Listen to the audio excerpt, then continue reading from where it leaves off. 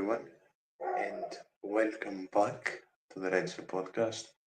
This is a bit of an unplanned episode. I just quickly, more or less, I want to go over a few things that have been very, very quickly advancing through the days that have passed, the 2 days that have passed ever since episode 50. Uh, And in general, just to keep you all, especially those of you that don't follow me on socials, which, if you like what you see, of course, after you like and subscribe, do follow what the banner says and follow the show everywhere. We're in here, of course. We are on Instagram and Twitter, where constant updates will be happening and they'll be as reliable, at least, as I can make them to be. I always try and check everything before I post about something. Of course, match updates, goals, starting 11s, ratings, and such. Uh, but as always, I'm not a professional, nor will I ever be. I'm a fan, speaking for the fans and to the fans. The voice of the voiceless, someone can say. Uh, and yeah, there is also the Patreon down below. For those of you that are new, first of all, excuse my dog. I don't know how loud he is. Uh, he's going mental right now, and I can't tell why. Yeah, for those of you that are new, haven't followed me for quite a bit now, uh, everything that comes from the Patreon, you of course get rewards. I think the rewards now are more or less finalized. They'll be on every tier, and whatever explanation that anyone may need, further explanation at least that anyone may need, will be addressed by me either in a further video or you can freely message me if you want to check it out, and everything will be given back to you tenfold, not only through the rewards, which won't affect the content of the show. Of course, I wouldn't let anything paid ever affect the content of the show. It will just be some extra stuff. Uh, and through that membership, if any of you again want to go check it out, none of you are forced to. I'm looking to pay for the subscription of this thing. No, for this thing right here. I am trying something new with the camera, so if you see me mess up my directions, it's because of the mirror. I hope it looks good. Uh, so yeah, it will be for this expensive thing right here. So I can stream on multiple platforms, and it will mainly also be for the aim of getting better equipment for the show, so the shows can be of better quality in multiple ways. I am very glad the camera is nice. I I'm glad. I'm glad that things are working nicely. I hope the sound is equally as nice as the quality of the show. I told you all that I will always find ways to improve, and I am advancing on that very slowly. So, yeah, Patreon explanation done, shameless promo out the way. Let's address the elephant in the room first. David Luiz. David Luiz is a name that, of course, we all know, some of us love, some of us hate, and it's a name that has been heavily linked with Olympiacos ever since yesterday around midday Greece time. It's been a mix of reactions for the veteran coming in, and honestly, it's my main problem because I am not for this transfer. I've said that. I'm against. My main problem isn't even the age. My main problem is that we have bigger problems in this club. And of course, the main positions are the winger, the striker, and the left back. I hope the club sits down and takes care of those first. And even if David Luiz comes in, first of all, I hope I eat my words, of course. And second of all, if he comes in, realizes that he's at the end of his career, doesn't ask for such an important role, doesn't ask for a giant contract, and helps youngsters like Kuchidis, who did get announced by Volos on a 6-month loan, if I'm not that mistaken, then I'd be okay with it. And what he could give on the field further than that, I hope I eat my words if he does come, but we have so many bigger problems in this club that need to be taken care of so fast, hopefully. Andre Horta is also a name that has, of course, came up, but not too seriously, reporting wise. I'd honestly love for Andre Horta to come back. It's clear that his importance in Braga hasn't really been that big ever since the summer and ever since our game, actually. So yeah, I'd love for him to come back. Of course, nothing much to say. No insane introductions needed for Andre Horta, a man we all know, and a man that as fans and as a footballer we all love.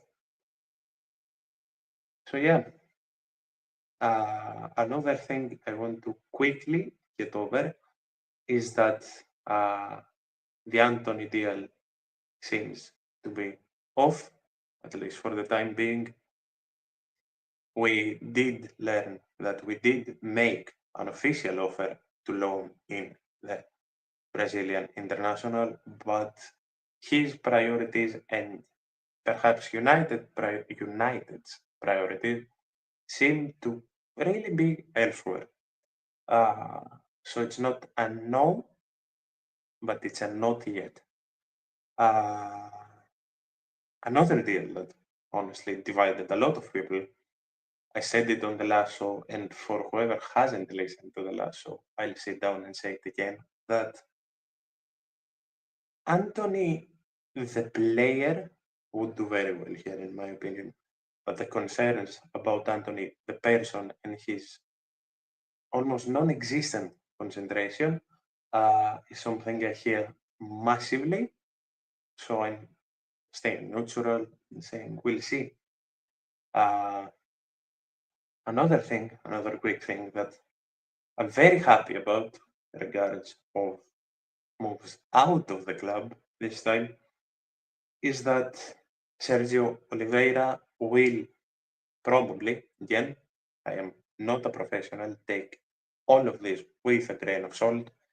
Sergio Oliveira will probably leave the club one way or another, because if the aforementioned on the last show once again reported offer from Saudi does not come in, it seems that the club are looking for a mutual contract termination, which would honestly be the ideal second person to leave this club, which should be followed by Yaremchuk and co.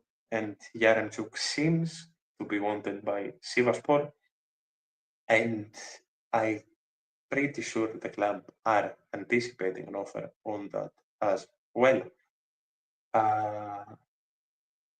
Another person that friend of the show and long-time follower of the show actually notified me that we are interested in is Caio Cesar from Guimaraes, of course, the right winger that has a goal in 2 games in the Taça de Portugal.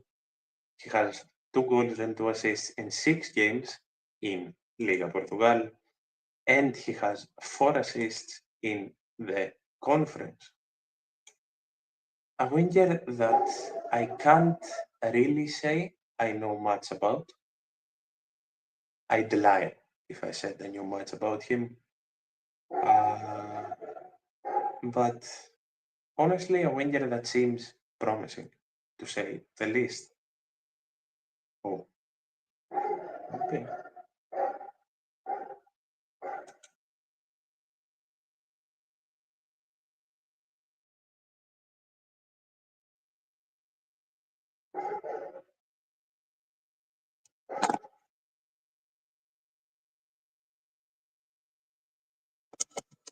Stuff happens.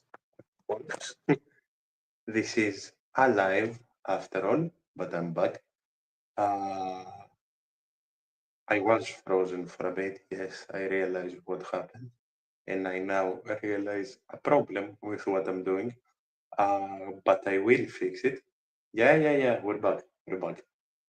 What was the last thing that I wasn't frozen for? I was talking about Caio Cesar. Did that go through or no? Do let me know so I can repeat myself if needed.